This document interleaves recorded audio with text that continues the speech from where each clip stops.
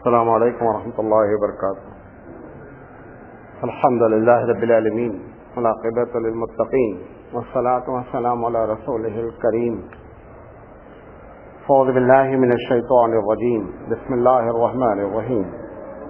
ولا تقولوا لمن يقتل في سبيل الله اموات بل احياء ولكن لا تشعرون. صدق اللہ العظیم. محترم حضرات، ہم نے واقع کربلا اور اس کے پس منظر پر کل آپ سے تمہیدی بات کی تھی. آج اس کا پارٹ نمبر 1 پیش کیا جاتا ہے. کل ہم نے کچھ تمہیدی باتیں آپ سے کی تھی. آج ہم آپ کو بتانا چاہتے ہیں یہ معاملہ اتنا پیچیدہ کہاں سے شروع ہوا ہے. سب سے پہلی بات سمجھ لیں، ڈسٹرب نہیں کریں بھائی. ہاں، سب سے پہلی بات سمجھ لیں کہ ہمارے پاس جو واقعات آتے ہیں کہیں سے، تو دو ہمارے پاس سورس ہیں. ایک سورس تو احادیث نبوی ہے اور ایک سورس تاریخ ہے، ہسٹری جسے آپ کہتے ہیں. اگر واقعات حدیث سے مل جاتے ہیں تب تو بہت مسئلہ آسانی سے حل ہو جاتا ہے. اگر واقعات تاریخ سے آتے ہیں تو ہمارے پاس جو اسلامی تاریخ لکھی گئی، انہوں نے اس بات کا اہتمام نہیں کیا کہ جس طریقے سے حدیث صحیح نقل کی جاتی ہے ایسے ہی تاریخ بھی اتنی ہی چھان بین کے بعد نقل کی جائے. ٹھیک ہے. اب جو پرانی تاریخیں ہمارے پاس ہیں اس میں سب سے بڑا مسئلہ یہ ہے، جیسے ہمارے پاس سب سے پرانی تاریخ میں محمد بن اسحاق تابعی ہیں، ان کی تاریخ ہے. انہوں نے تاریخ لکھی ہے، زیادہ تر تو جنگ کے حالات پر لکھے ہیں. اچھا، امام مالک رحمۃ اللہ علیہ کہتے ہیں کہ بہت نیک آدمی ہیں یہ، ان کے بارے میں. لیکن اکثر لوگوں کی رائے یہ ہے کہ انہوں نے جنگی واقعات لینے میں یہودی نصرانی سے بھی مدد لی اور ان کی بات بھی نقل کر دی. اب یہ سب سے پرانی تاریخ ہے ہماری اسلامک ہسٹری کی. اس کے بعد اس تاریخ کو ابن ہشام کے نام سے ابن ہشام نے اس کو مزید کیا کیا، اس کو ایکسپلین کیا. تو یقینی بات ہے کہ ایکسپلینیشن کرنے کے بعد جو ہے وہ جو اوپر والے نے کہی تھی اسی کو تھوڑا آگے پیچھے کرنا پڑا. اب واقع کربلا کے بارے میں جو واقعات ملتے ہیں وہ سب سے زیادہ ایک تاریخ ہے ہمارے پاس واقعی. واقعی کے بارے میں ہمارے اکثر لوگوں کی رائے یہ ہے کہ شیعہ ہے، اور جتنی باتیں آپ کو تاریخ میں ملیں گی واقع کربلا سے ان سب کا آخر لنک کون ہے؟ واقعی ہے. اب جب وہ ایک آدمی پہلے سے شیعہ ہے تو وہ جتنی روایت نقل کرے گا وہ کیا کرے گا؟ وہ اسے لنک کر کے کرے گا. یہ جتنی روایتیں آپ کے پاس آتی ہیں کہ وہ زمین زرد ہو گئی اور وہ فلاں ہو گیا اور ایک دم لاش پر لاش گرنے لگی، یہ سارے کے سارے واقعات اس کے ہیں. اس وجہ سے کلیئر پکچر آ نہیں پا رہی ہے. بات سمجھ میں رہی؟ تو یہ تو ایک آپ کو اس لیے بتا دیا کہ ہر تاریخ کے بارے میں آپ یہ سمجھ لیں یہ ہماری پوری تاریخ کی ایک ٹریجڈی ہے. سب سے بہتر تاریخ کہاں سے نکلتی ہے؟ حدیث سے. جب حدیث سے کوئی واقعات کوئی چیز نقل آ جاتی ہے تو کوئی مسئلہ ہمارے سامنے کھڑا نہیں رہتا ہے. اور دوسری بات آپ دیکھیں، ابھی جس کی سرکار ہے ایک 5 دن کے اندر پورے شہر کے بورڈ بدل جاتے ہیں. جو پرانا چیف منسٹر ہوتا ہے وہ ختم ہو جاتا ہے، نئے چیف منسٹر کے بورڈ لگ جاتے ہیں. جس کی سرکار ہوتی ہے اور اس کے زمانے میں جب تاریخ لکھی جاتی ہے تو اس کی تعریف کیے بغیر رہ نہیں سکتا ہے، کیونکہ اس سب تاریخ لکھنے والوں کو کیا ملتے ہیں؟ پیسے ملتے ہیں. اب اس کے بعد جب تاریخ لکھی جاتی ہے اس کے مرنے کے بعد یا وہ پوری حکومت کے ختم ہونے کے بعد، تو ایک ایک کا جو پیریڈ ہے وہ 1.5 پونوں 200 سال ہے. جیسے ایک خاندان چل رہا ہے اموی خاندان، اب اموی خاندان پتا چلا 140 سال تک حکومت کیا. اب اس کے خلاف اگر کسی کو لکھنا ہے تو 140 سال کے بعد ہی لکھ سکتا ہے، ان کے درمیان میں تو لکھ ہی نہیں سکتا، حقیقت سامنے آ ہی نہیں سکتی ہے. اب وہ جو 140 سال کے بعد لکھتا ہے تو یقینی بات ہے وہ ان کا اینٹی ہوتا ہے، تو وہ انتقامی جذبے کو برداشت نہیں کر پاتا، نمک مرچ لگا کر کے لکھتا ہے. یہ سب لاجیکل باتیں ہیں. تو اس لیے تاریخی معاملات میں بڑی پرابلمز ہیں. یہاں تک بات تو آپ کو تمہید کے طور پہ تھی. اچھا یہ معاملہ اٹھتا جہاں سے ہے, جہاں سے بات ایسا نہیں ہوا حضرت حسین رضی اللہ تعالیٰ عنہ کی شہادت بائی چانس ہو گئی, یا یہ بہت کھیر بہت کھچڑی جن سے پک رہی تھی, کول وار جسے آپ کہتے ہیں, وہ اندر اندر اندر ہو رہی تھی, اور اچانک جو ہے وہ درمیان میں کیا ہو گئی, پھوٹ گیا معاملہ. وہ کول وار کہاں سے شروع ہوا, بات وہاں سے شروع کرتے ہیں. نبی کریم صلی اللہ علیہ وسلم نے جب مدینے کی باغ دوڑ سنبھال لی, یعنی اسلامی حکومت اسٹیبلش ہو گئی, تو اب دنیا میں اب تک جتنا نظام تھا سارا کا سارا بادشاہت کا تھا. اللہ کے رسول کو اس کے خلاف ایک نئی اسلامی جمہوریت قائم کرنا تھا. آپ دیکھیں یہ شیعہ بھی مانتے ہیں, سنی بھی مانتے ہیں کہ اللہ کے رسول نے ایک دم ڈکلیئر یہ نہیں کہا کہ میرے بعد خلافت کس کو ملے گی. جو بھی ہے سب اشارے کنائے سے ہی دلیل لاتے ہیں. اللہ کے رسول صلی اللہ علیہ وسلم نے جان بوجھ کر کے ایسا کیا ہے, ایسا نہیں خدا نخواستہ, جان بوجھ کر کے خلافت کو نامنیٹ نہیں کیا گیا تاکہ جمہوریت کی بنیاد پڑ سکے اور سلیکشن کے بنیاد پر خلیفہ متعین ہو. اگر میں کسی کو اپوائنٹ کر کے چلا جاؤں گا تو نتیجہ یہ نکلے گا کہ وہی بادشاہت کا ایک دوسرا رخ پھر ہماری امت میں چالو ہو جائے گا. لہذا وہ بادشاہت کا جو سسٹم چلا آ رہا ہے فرام دا لانگ ٹائم, ہزاروں سال پرانا ہے, وہ ختم ہونا چاہیے. میں یہ بات کہہ رہا ہوں واللہ عالم, اگر سچ ہے تو رب کی جانب سے, غلط ہے تو میں اس کا ذمہ دار ہوں. اللہ کے رسول کی کوئی نرینہ اولاد کو اللہ نے زندہ نہیں رکھا. بچے پیدا ہوئے 3 آپ کے نرینہ اولاد, لڑکے, نرینہ سے بعد لڑکے, 3 کے تینوں 5 سال کی عمر کے اندر کیا ہو گئے, انتقال کر گئے. یہ اگر زندہ رہتے تو سب سے پہلے مسئلہ ان کا آتا. اللہ نے اس مسئلے کو کہ خلافت میں ملوکیت کو چینج ہونا چاہیے, ان کو پروردگار عالم نے بچپن میں ہی اٹھا لیا. میری اپنی ذاتی رائے ہے, غلط بھی ہو سکتی, کہ میرا اپنا ایک مطالعہ ہے, مجھے جو بات سمجھ میں آ رہی میں آپ کے سامنے کہہ رہا ہوں. ہمارے جو اکابر ان کے بارے میں کہتے ہیں, اپنی رائے دیتے ہیں کہ حضرت محمد صلی اللہ علیہ وسلم کے نرینہ بچوں کو پروردگار عالم نے کیوں بچپن میں موت دے دی, یہ تو رب ہی بہتر جانتا ہے. لیکن جو گیس مارا جاتا ہے اس گیس میں ہمارے اکابرین کی ایک دوسری رائے یہ ہے کہ نبوت کا سلسلہ ختم ہو گیا تھا. اگر یہ زندہ رہتے تو سوال یہ ہے کہ ان کو کون سی پوسٹ دی جاتی, تو کہیں ایسا نہ ہوتا کہ پبلک انہی کو نبی پھر بنا دیتی, اور نبوت کا جو سلسلہ پروردگار عالم ختم کرنا چاہتا تھا وہ ایک الگ شاخ پھر شروع ہو جاتی. لہذا اللہ نے ان کو زندہ ہی نہیں رکھا. یہ بھی ایک رائے ہے. میں خلافت کے سلسلے میں میری اپنی ذاتی رائے, میں نے کہیں پڑھا نہیں ہے, یہ میری ذاتی اپنی رائے ہے کہ ان کو اٹھانے کے پیچھے یہ بھی ایک راز پروردگار عالم کا ہو سکتا ہے. تو یہ جو اللہ کے رسول صلی اللہ علیہ وسلم نے نامنی ولی عہد نہیں متعین کیا کیونکہ اسلامی جمہوریت کی بنیاد ڈالنی تھی. ٹھیک ہے. اچھا اب آپ دیکھیے یہاں سے بات شروع ہو رہی ہے. اللہ کے رسول کو جب اللہ نے اشارہ کر دیا کہ محمد صلی اللہ علیہ وسلم اب آپ کے آنے کے دن قریب ہیں. ہر نبی کے بارے میں پیارے حبیب مصطفیٰ صلی اللہ علیہ وسلم نے فرمایا کہ ہر نبی کو اللہ بتا دیتا ہے کہ آپ کا دن قریب ہے. اگر آپ اور رکنا چاہتے ہیں تو ہماری طرف سے پرمیشن ہے, جتنا آپ چاہیں پرمیشن ہم اپنی طرف سے دے دیں گے.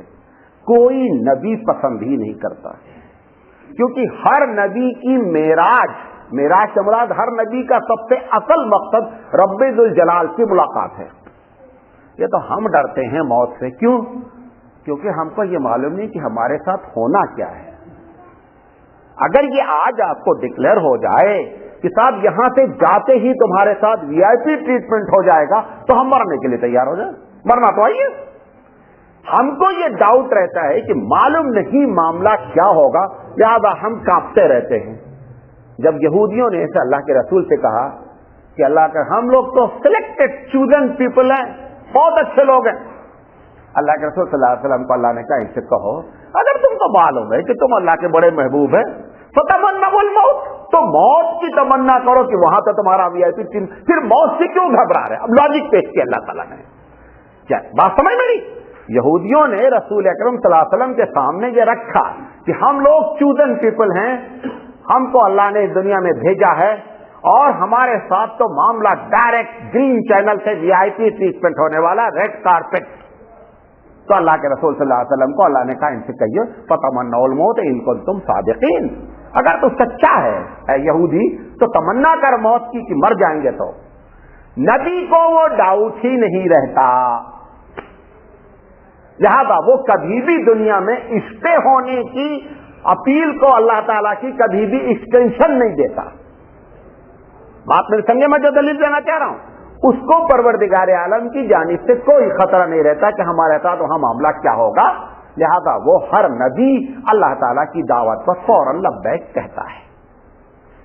جب اللہ کے رسول نے یہ سب سے پہلے انٹیمیشن دیا، یہ بات حضرت عائشہ صدیقہ رضی اللہ تعالیٰ عنہ کے سامنے کہی کہ ایک آنے والا آیا یعنی جبریل، اور اس نے ایک شخص کو یہ اختیار دیا کہ اگر تم مزید ٹھہرنا چاہو تو ٹھہر سکتے ہو. تو ابھی حضرت حضور ابھی جملہ کمپلیٹ ہی نہیں کیے تھے، اتنے میں حضرت عائشہ پیچھے بول پڑی تو فوراً آپ اختیار لے لیجیے. انہوں نے کہا میں نے الٹا کر دیا جو تم کہہ رہی ہو، میں نے رب سے ملاقات کو کہہ دیا کہ اللہ میں ہر وقت تیار ہوں، میں تو آپ کے دیدار کا منتظر ہوں.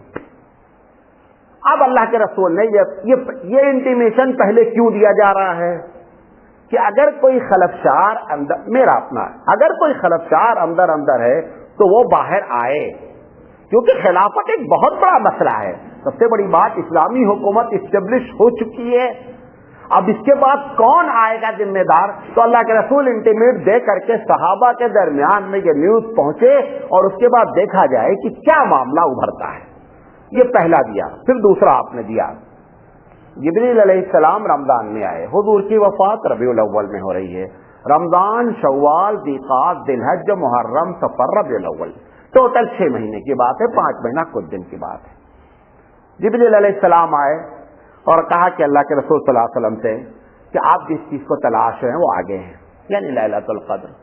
آپ نے، میں مختصر کر رہا ہوں اس کو، آپ نے آخری رمضان میں 2 مرتبہ آپ نے اعتکاف کی نیت 20 دن کے کی، اور حضور صلی اللہ علیہ وسلم نے فرمایا کہ اللہ نے جبریل علیہ السلام نے ہم کو 2 مرتبہ اس بار قرآن پڑھایا اور ہم سے بھی سنا اور ہم کو بھی سنایا.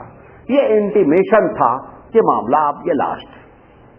ٹھیک ہے، اسی محرم کی اسی سن کی بات ہے کہ جب اللہ کے رسول کے سامنے، میں نے مرکز میں بات کی کہ جب اللہ کے رسول کے سامنے یہ ڈاؤٹ پیش کیا صحابہ نے کہ اللہ رسول آپ 10 محرم کو روزہ رکھتے ہیں، یہودی بھی 10 محرم کو روزہ رکھتے ہیں، تو حضور نے جو جملہ کہا اگر میں زندہ رہا تو اگلے سال ہم 9-10 کا روزہ رکھیں گے. اور یہ آخری اسی بات ہے، محرم کے بعد انہوں نے آ کر کے بات کہی، اور صفر اور ربیع الاول میں آپ کی کیا ہو گئی؟ وفات ہو گئی 2 ہی مہینے کے بعد. اس وقت بھی آپ نے یہ جملہ انڈیکیشن کیا کہ اگر میں حیات رہا، میرے نالج میں ایسا کوئی واقعہ نہیں ہے، ہو سکتا ہو، میں ایک چھوٹا سا طالب علم ہوں، کہ کسی ایسے موقع پر 2-4 سال پہلے حضور نے کہا ہو کہ اگر اگلے سال زندہ رہا تو، ایسے جملے، یہ جملہ یہ دوسرا انٹیمیشن دیا گیا.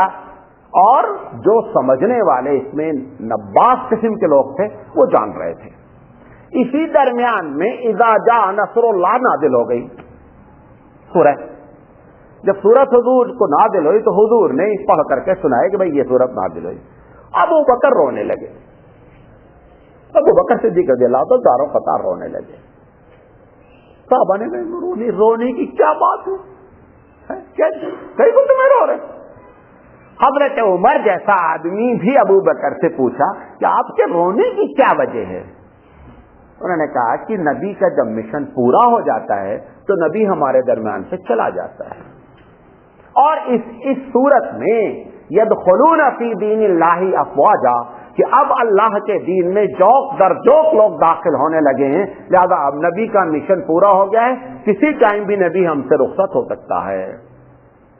جب یہ بات یہ تو بعد میں بات آئی تب معلوم ہوا کہ اللہ کے رسول نے جو سورہ سنائی تھی اس کو یہی اصطلاح تھی. اب اس کے بعد آپ حج کرنے جا رہے ہیں.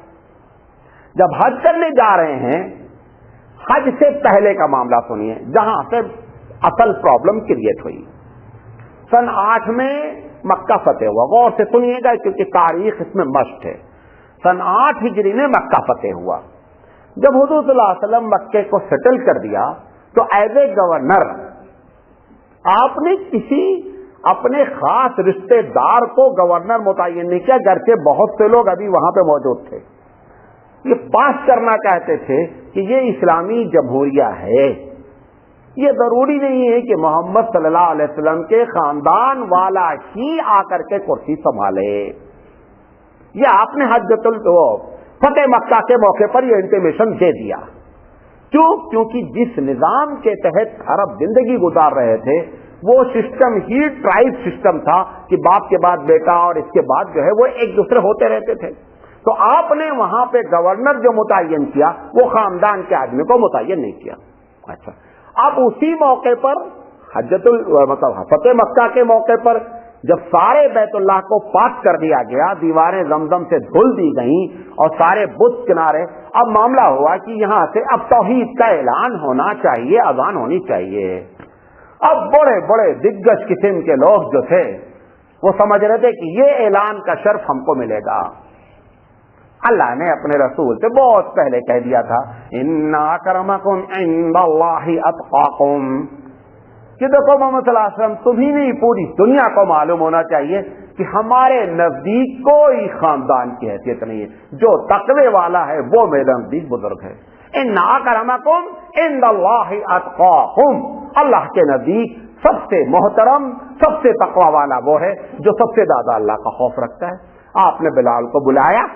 اب بلال آپ دیکھیں حبشہ کے رہنے والے, خاندانی لحاظ سے مکے میں بکے ہوئے, شکلاً صورت حبشہ کی, لیکن اللہ کے نزدیک اتنا بڑا درجہ تھا کہ پیارے حبیب نے بلا کر کے کہا بلال اذان دیجیے. اب جب بلال نے اذان دی تو قریش کے پیر سے زمین سرک گئی کہ یہ کیا ہو گیا. اس کا مطلب یہ ہے کہ یہ کسی دوسرے ٹریک پر محمد صلی اللہ علیہ وسلم اس پوری گاڑی کو لے جانا چاہ رہے ہیں. یہ آپ نے میسج پاس کر دیا. اچھا, سن 8 ہجری میں اللہ نے حج کو فرض کر دیا. نبی کریم صلی اللہ علیہ وسلم ابھی ذہنی طور پر کہ سارے لوگوں کو حج کے لیے کیسا بھیجا جائے, تو انہوں نے گورنر سے کہا مکے کے, جس کو اپوائنٹ کر کے آئے تھے, کہ سن 8 ہجری کا حج آپ کرائیے. اس نے حج کرا دیا. کس طرز پہ؟ جو پرانا طرز چلا آ رہا تھا. جب سن 9 ہجری آئی تو اللہ کے رسول نے ابو بکر, دیکھیے یہیں سے پوائنٹ ہے, سوئیے گا نہیں, یہیں سے پوائنٹ شروع ہو رہا ہے. ابو بکر صدیق رضی اللہ تعالیٰ عنہ کو بلایا کہ دیکھو ایسا ہے کہ اب حج پر کنٹرول کرنا ہے. سب سے پہلے کنٹرول کیا ہے؟ جا کر کے آپ حج کرائیں بحیثیت معلم حجاج, امیر حج کی حیثیت سے آپ جائیں اور اعلان کر دیں کہ دیکھو بھائی آج کے بعد اب اس میں کوئی حج جو ہے نا وہ مشرک نہیں کر پائے گا. نمبر 1, کوئی برہنہ ہو کر کے طواف نہیں کرے گا. نمبر 2, انشاءاللہ زندگی رہی تو ہم کل بات کریں گے. اللہ تعالیٰ سے دعا ہے کہ اللہ تعالیٰ کہنے سے زیادہ عمل کرنے کی توفیق عطا فرمائے. وآخر دعوانا ان الحمدللہ رب العالمین. سبحان اللہ و بحمدہ, سبحانک اللہم و بحمدک, اشہد ان لا الہ الا انت, استغفرک.